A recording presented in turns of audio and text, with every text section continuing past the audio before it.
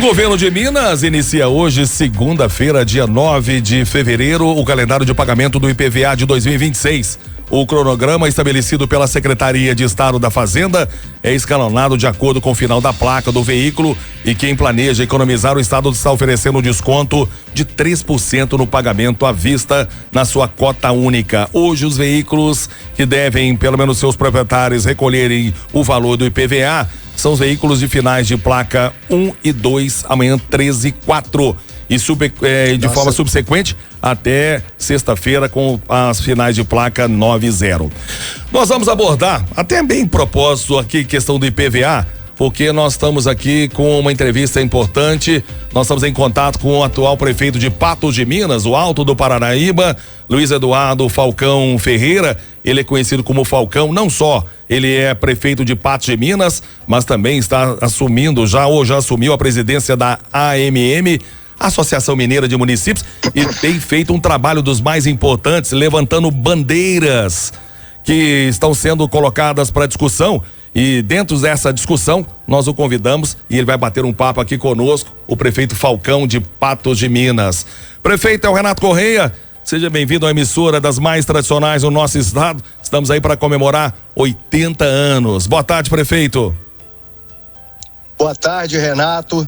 A todos que estão nos ouvindo, a toda a população de Lavras, de toda a região, é um prazer falar com vocês. Muito obrigado pela oportunidade. Nós aqui agradecemos, até através da sua liderança, nós que acompanhamos. O senhor chegou a bater de frente aí com a Copasa, foi inclusive aqui pauta das nossas participações em programas anteriores, mostrando que o senhor tentou ou busca colocar a Copasa dentro do seu devido lugar. Nós estamos enfrentando dificuldades com essa chamada possibilidade de privatização, prefeito. O que o senhor tem a dizer com respeito ao embate que o senhor teve, inclusive o embate com Vitória em Patos de Minas? É verdade, Renato. Aqui em Patos de Minas, nós tínhamos um problema muito sério com a Copasa e que é muito comum em vários lugares do estado, a má prestação do serviço. E nós conseguimos aqui, através da briga aqui que nós travamos, nós conseguimos corrigir o contrato, conseguir baixar a conta da população em 15%, conseguir também garantir uma série de obras para ampliar a captação e distribuição de água, ampliar a estação de tratamento de esgoto, trocar toda a tubulação de amianto, que é aquela tubulação velha de 40, 50 anos atrás, que vive rompendo e causando falta de água em vários bairros. Então a gente adquiriu uma experiência nesse tema, e quando o governo de Minas vai privatizar a empresa, e é algo que muita gente concorda, mas muitos outros também discordam, e como presidente da AMM, Associação Mineira dos Municípios, eu tenho que defender as prerrogativas, os direitos aí das cidades, dos prefeitos, das prefeitas, dos vereadores. E esse processo ele estava sendo conduzido sem falar nada com os prefeitos. Os prefeitos estavam ficando totalmente à margem do processo. E dentre os que concordam, os que discordam, muita preocupação com o futuro do serviço. Afinal de contas, quem assina o contrato de água e esgoto com a Copasa é prefeito, não é o governador, não é deputado. Então o governo de Minas ele pode muito bem querer vender a empresa, a Assembleia Legislativa, os deputados estaduais definem se vão votar a favor ou contra, mais de 50 foram favoráveis. Agora, na hora que isso vai ser realmente colocado em prática, não pode ser feito sem a participação dos municípios. Afinal de contas, é aqui que os problemas estão, é aqui que o bairro fica sem água, é aqui que a Copasa abre o buraco e não fecha, é aqui que tem muitos problemas de tratamento, captação e tratamento de esgoto. Muita cidade nem tem o tratamento de esgoto.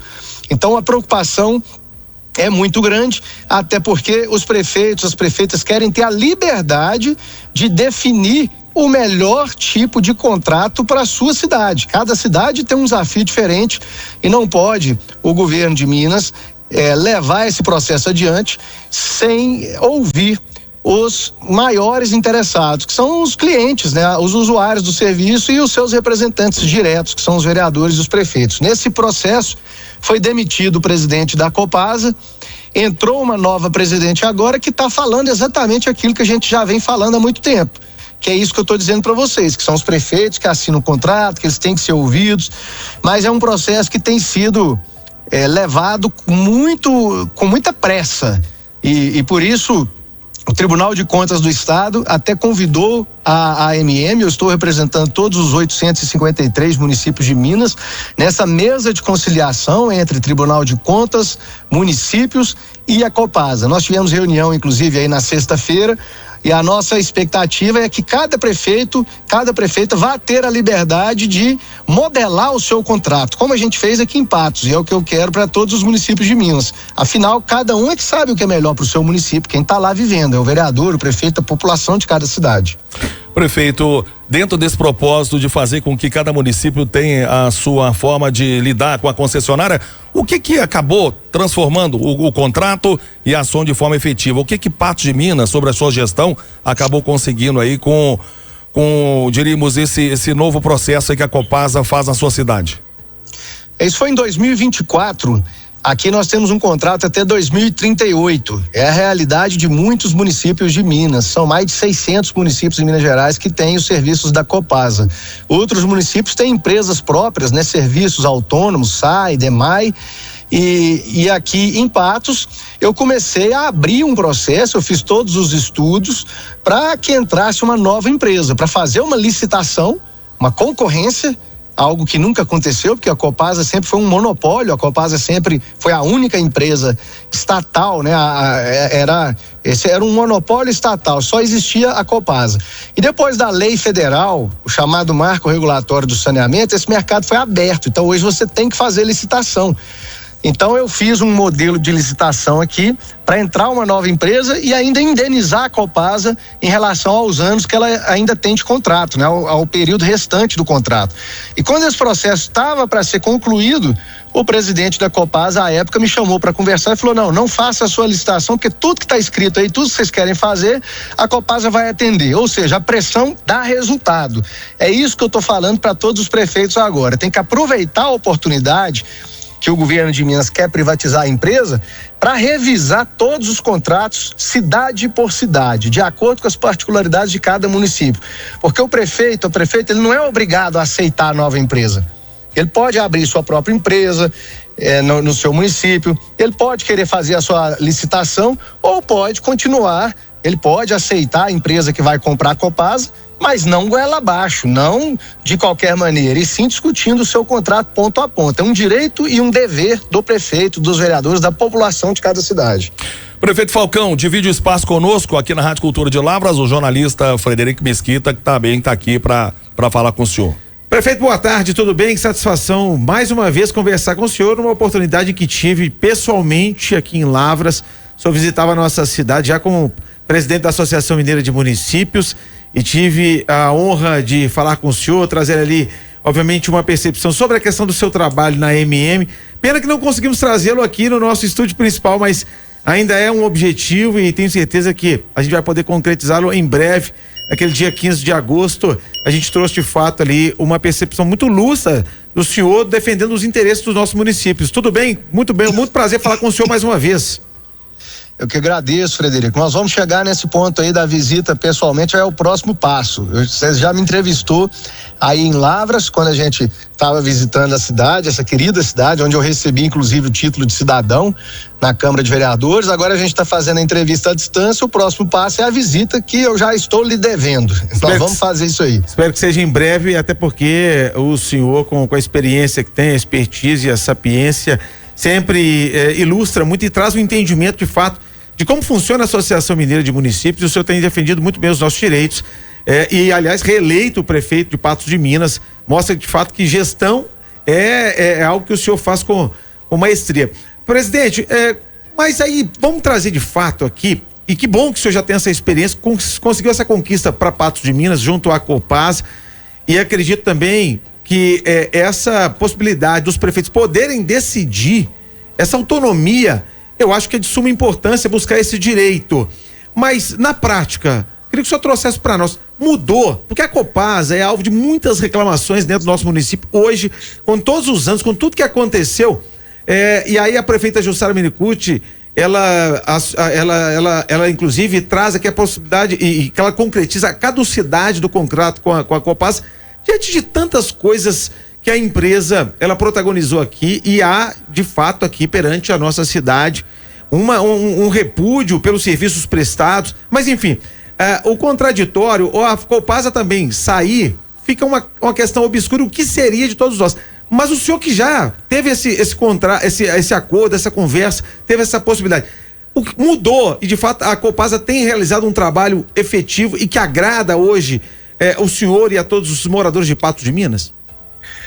Frederico, vamos tratar do tema com a devida responsabilidade. Certa vez eu estava passando por Franca, no estado de São Paulo, e àquela altura, Franca era considerado o melhor saneamento do Brasil. E eu perguntei no posto de gasolina, no hotel, perguntei na rua se o serviço era bom. Muita gente reclamou. Ou seja, saneamento é um tema complicado. Sempre vai ter algum vazamento, sempre vai ter alguma coisa. É muito sensível, né? Você mexer com o dia a dia das pessoas, que às vezes tem algum familiar acamado, às vezes tem criança pequena em casa, bebê, alguém enfermo, né? Doente. Você tem que fazer comida, você tem que lavar roupa, limpar a casa. Então, meu amigo, faltou água, deu um problema, a água veio suja, é de fato um desgaste muito grande. Agora, o que eu posso te dizer é que aqui em Patos de Minas hoje a gente consegue fazer a gestão do contrato, porque antes você tinha um contrato com a Copasa, que era aquele contrato quase que unilateral, parece que só a Copasa que incluiu cláusulas ali, e o interesse do município, aqui foi assinado em 2008, parece que o município não participou de nada do contrato. Exato. Parece que veio alguma coisa pronta e o município só assinou aquilo ali. Hoje não, tem multas, tem metas, tem penalidades. Eu mudei a agência reguladora, então tem engenheiro o dia inteiro atrás dos problemas e cobrando. Então não vou te dizer que os problemas acabaram, mas hoje nós estamos em cima dos problemas e nós temos instrumentos para punir, para fiscalizar e mais do que isso. Hoje a Copasa está trocando em Patos de Minas 90 quilômetros de tubulação de amianto. Só essa obra é quase 70 milhões de reais. Isso é que vai causar, vai finalizar o problema da falta de água em diversos bairros, porque não era efetivamente a falta de água lá no rio, lá na captação da água. O problema é que a tubulação muito velha, passa um caminhão pesado ou faz muito calor, aquilo dilata, racha e interrompe o fornecimento. Por isso tem que abrir o buraco, a adutora está rompida, aí aquilo o fornecimento de água é interrompido e fica aquela novela 2-3 dias. Então essa obra hoje está em andamento. Outra obra grande em andamento, ampliação da estação de tratamento de esgoto de Patos de Minas, uma obra também de dezenas de milhões de reais. A captação e distribuição de água no Rio Paranaíba, que é o rio que passa aqui, que corta toda a lateral da cidade, ela foi triplicada. A gente tinha uma estrutura precária, pequena, e hoje ela é 3 vezes maior e toda nova. Então, tem tido resultado aí a nossa briga. E repetindo, é isso que a gente quer para todos os municípios. Se os municípios deixarem o negócio correr solto, a Copasa está mandando cartinha para todos os prefeitos para renovar o contrato. Tem gente que assinou isso inocentemente, assinou e pronto, não pode fazer isso. Tem que analisar o contrato ponto a ponto, o momento é agora. Perfeito. O senhor trouxe essa informação importante dessa reunião, a declaração que o senhor fez na última sexta-feira, junto aí ao Tribunal de Contas, e parece que nós temos agora para o dia 27 de fevereiro um próximo encontro. Qual que é a expectativa e já o que está definido para esse próximo compromisso dia 27 de fevereiro, quando a gente fala dessa questão da Copasa, presidente? Nessa mesa de conciliação está participando o Ministério Público de Contas, o Tribunal de Contas, representantes da Copasa, a presidente da Copasa, procuradores do Estado, né, advogados do Estado, e a AMM, e com o nosso corpo jurídico também, toda a nossa assessoria jurídica. Eu não posso dar muitos detalhes, porque é algo interno, né, e tem força de acordo, enfim, e ainda não está finalizado. Peço desculpa, eu estou um pouco gripado. Imagina. Ainda não está finalizado, essas tratativas elas ainda não estão finalizadas, mas o que eu posso adiantar é que já está ficando bem claro que os municípios vão ter o poder de decisão.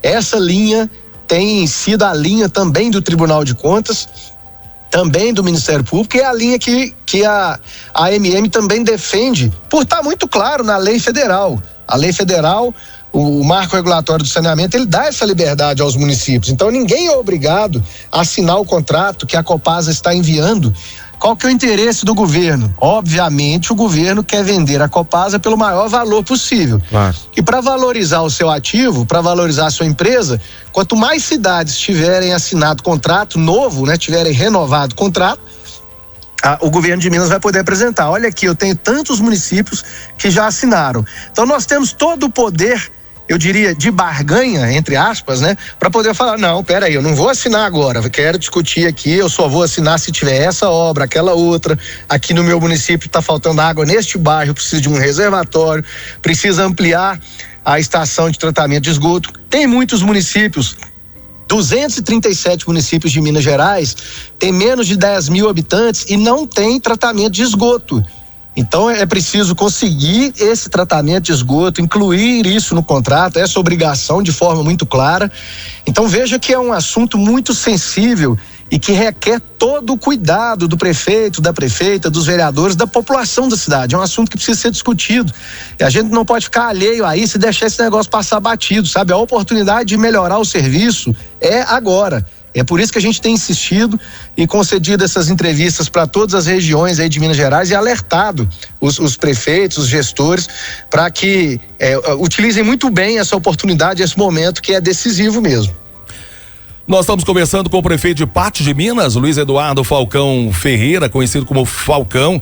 Ele faz a gestão de uma cidade das mais importantes de Minas Gerais, já está próximo aí dos 170 mil habitantes. Ele que foi reeleito aí com expressivos 85% dos votos nas eleições de 2024 e a sua liderança se faz presente também numa associação que congrega os 853 municípios do nosso estado. Prefeito, só para aproveitar a sua participação aqui, eu sei que o senhor está aí já com a agenda sempre atribulada naquilo que faz. Eu percebo aqui que nós temos problemas comuns, específicos, como o senhor disse, nos mais variados municípios do nosso estado, que o senhor conhece muito bem. Agora, o que nos chama atenção, e eu agora há pouco divulgava que hoje é o primeiro dia de pagamento de IPVA no nosso estado, é a adoção de pedágios em várias cidades da região aqui do sul de Minas, que tem até inviabilizado as suas economias. Vou dar um exemplo aqui, Varginha tá aí com problema no seu shopping, até porque foram criados aí cobranças que foram feitas de forma mais recente e algum desses pontos inviabilizava o deslocamento de Três Corações para a cidade de Varginha. Outro também, prefeito, que nós temos aqui entre a BR-265, um pequeno pedaço de trecho aqui de 90 quilômetros entre Nepomuceno e Boa Esperança. 2 pedágios de R$15 para ir e 2 naturalmente se for feito o retorno. Gasta-se mais com pedágio do que combustível. A MM está atenta a esses problemas das chamadas concessionárias que estão atuando em rodovias estaduais, prefeito? Com toda certeza, até porque aqui na minha região eu vivo o mesmo que vocês aí, inclusive com a mesma concessionária, que chama-se EPR. Aqui também tem sido instalados pedágios sem nenhuma melhoria, como a gente tem falado muito aqui, pedágio sem obras não faz sentido, né? Você paga um pedágio com preço justo, até satisfeito quando a rodovia é duplicada. Agora, sem nenhuma melhoria, nem um trecho de terceira faixa, nada de duplicação. Aqui na região a concessionária tem tido dificuldade até para tapar buracos, ou seja, não mudou nada. É a mesma coisa de quando não tinha pedágio. Então isso é aumentar a tarifa, é aumentar encargos para a população sem ter contrapartida. Novamente, assim como o caso da Copasa, eu sou a favor, pessoalmente, eu sou a favor de concessões bem feitas. Aqui em Patos de Minas, por exemplo, a gente fez uma concessão de iluminação pública. Eu fiz o leilão na Bolsa de Valores de São Paulo, entrou uma concessionária aqui que hoje cuida da iluminação pública da cidade e colocou iluminação de LED na cidade toda e eu baixei a taxa de iluminação pública em 15%. Agora, você fazer uma concessão mal feita que só aumenta o encargo nas costas do cidadão, uma concessão que tem um dos pedágios mais caros do Brasil, sem nenhuma melhoria, isso de fato nós não podemos aceitar. Aqui na nossa região, o governo de Minas quer pegar mais um trecho grande de rodovia federal, ou seja, o governo de Minas tem cerca de 25 mil quilômetros de estradas estaduais. É necessário para manter, só para manter essas estradas, cerca de 2 bilhões de reais por ano no orçamento do governo de Minas, o que a gente não tem hoje, essa não é a realidade. Então o governo de Minas ele está colocando pedágios em trechos até de rodovias federais para poder aumentar o seu caixa. Porque qual que é o modelo que está sendo adotado? Para você ter o pedágio desse valor e não ter obras imediatamente, o governo de Minas está colocando a previsão nessas concessões de um negócio que chama bônus de outorga, que nada mais é do que dinheiro para o caixa do governo do estado. O governo tem embolsado mais ou menos 500 milhões de reais em cada concessão dessa, 400 milhões, 500 milhões. Então esse mesmo valor, ele tinha que estar sendo convertido em pedágio mais barato e em obras imediatas, de terceira faixa, de duplicação. Mas como o interesse do governo de Minas é colocar mais dinheiro no caixa para fechar suas contas ou para fazer outras obras que são prioridade, na cabeça deles, né, em outras regiões, está sendo penalizado o cidadão que passa por uma rodovia federal, no caso aqui a BR-365. Eu estou bem perto aqui dela, nesse momento. Eu estou saindo aqui de uma inauguração de um posto de saúde na zona rural, estou perto aqui da 365. Então isso a gente não pode aceitar de forma respeitosa, mas de forma muito firme. Nós entramos inclusive com uma representação junto ao Tribunal de Contas do Estado para suspender essa licitação, porque o governo de Minas quer fazer de Patrocínio até Montes Claros, passando por Patos de Minas, Varjão de Minas, São Gonçalo do Abaeté, do Trevo da 040, o mesmo que ele já fez no trecho entre Patrocínio e Uberlândia, que não tem nenhum metro de terceira faixa, muito menos de duplicação, e está lá sendo cobrado o pedágio de quase R$15. Então isso a gente de fato não pode aceitar.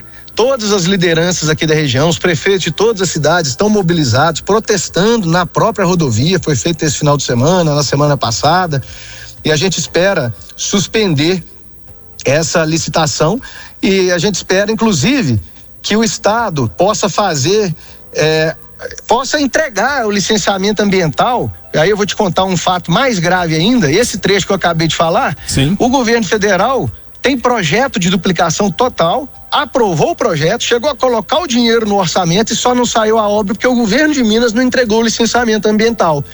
Então, ou deixa o governo federal fazer a obra de duplicação sem pedágio, ou coloca um pedágio com valor razoável e com obras imediatamente, sem colocar esse dinheiro todo no caixa do governo, que eu acho que não é justo com a população. Presidente, só tocou no assunto do governo, prometo que vamos liberar a partir dessa última pergunta aqui, e é sempre para nós motivo de prazer, porque o senhor traz muitas questões importantes e com a experiência que tem, enriquece muito o debate.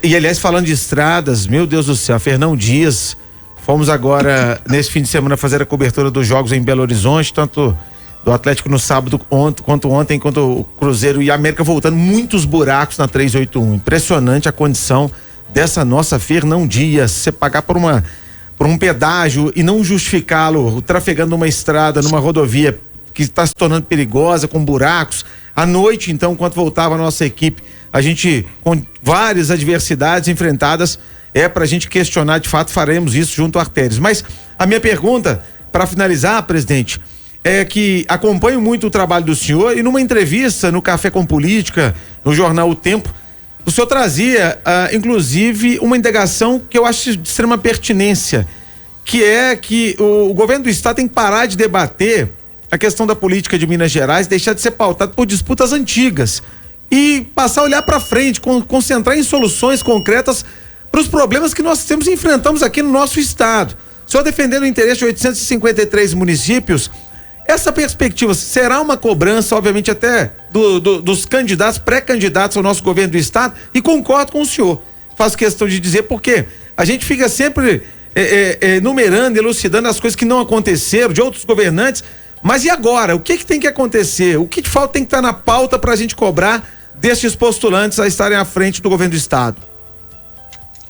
Olha, o governador Romeu Zema, ele foi eleito porque a população não queria nem o Pimentel do PT e nem o Anastasia do PSDB naquele momento ali, que era do PSDB, depois foi pro PSD, né? Enfim, a população não queria nenhum desses dois. Ok, isso é um fato.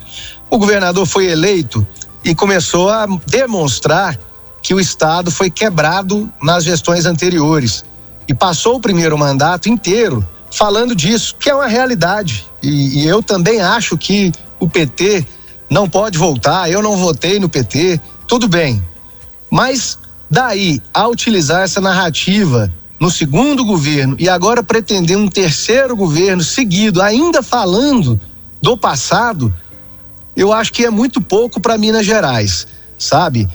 O governo, ele tem a responsabilidade de entregar, já se passou um mandato inteiro, e eu acho que o governador Romeu Zema fez um bom primeiro governo, fez uma série de compromissos com Minas Gerais, de entregas para o segundo governo, e aí sim essas entregas elas não estão acontecendo. E começou a se travar um debate nacional, acho que o governador entrou muito cedo nessa questão de eleições de 2026, e o próprio vice-governador também, que fala abertamente do seu desejo de se tornar governador esse ano, com a saída do governador e depois concorrer à reeleição, ou seja, o terceiro mandato seguido do mesmo grupo. Acho que tudo isso aconteceu de forma muito prematura e perderam de vista os problemas do dia a dia dos mineiros, que são os hospitais regionais que ainda não foram entregues, a segurança pública que precisa de equipamento adequado, as polícias precisam de efetivo. Hoje as prefeituras é que estão bancando aluguel, água, luz, telefone, cedendo funcionários para a Polícia Civil, Polícia Militar, Corpo de Bombeiros, e o salário está defasado, né? O salário do pessoal está defasado já tem algum tempo. Esse é o tipo de problema que o mineiro quer ver resolvido. Não é saber se quem contraiu a dívida foi 20 anos atrás, se era PT, se era PSDB. A população em seu dia a dia não quer saber disso, está preocupado em pagar suas contas, está preocupado com o preço das coisas, está preocupado com segurança pública, em trafegar em rodovias que não tenham buracos, está preocupado com saúde pública. Então eu vejo que o governo precisa voltar para o eixo, né? E precisa voltar a tratar dos problemas do dia a dia da população e parar de falar só dos culpados do passado. Até porque no presente tem muita coisa também que não está sendo feita. E a população está esperando, né? Então o momento é menos de falar mal do passado e mais de procurar soluções para o presente e olhar para o futuro de Minas Gerais. Hoje nós temos, Frederico, uma situação que é a seguinte: Minas Gerais tem conseguido atrair investimentos com base em isenção fiscal. Essa guerra fiscal, ela existe já há muito tempo. Goiás consegue atrair investimentos assim, ou Paraná, ou São Paulo. Só que em 2032, a reforma tributária, ela vai acabar com essas isenções fiscais e vai deixar tudo igual para todos os estados. O imposto vai ser igual para todos os estados. Não vai mais ter guerra fiscal em 2032. Nós já estamos em 2026, não está tão longe ainda. O que vai transformar um estado brasileiro em atrativo para uma empresa a partir de 2032? Infraestrutura. Aeroportos, portos, rodovias, ferrovias.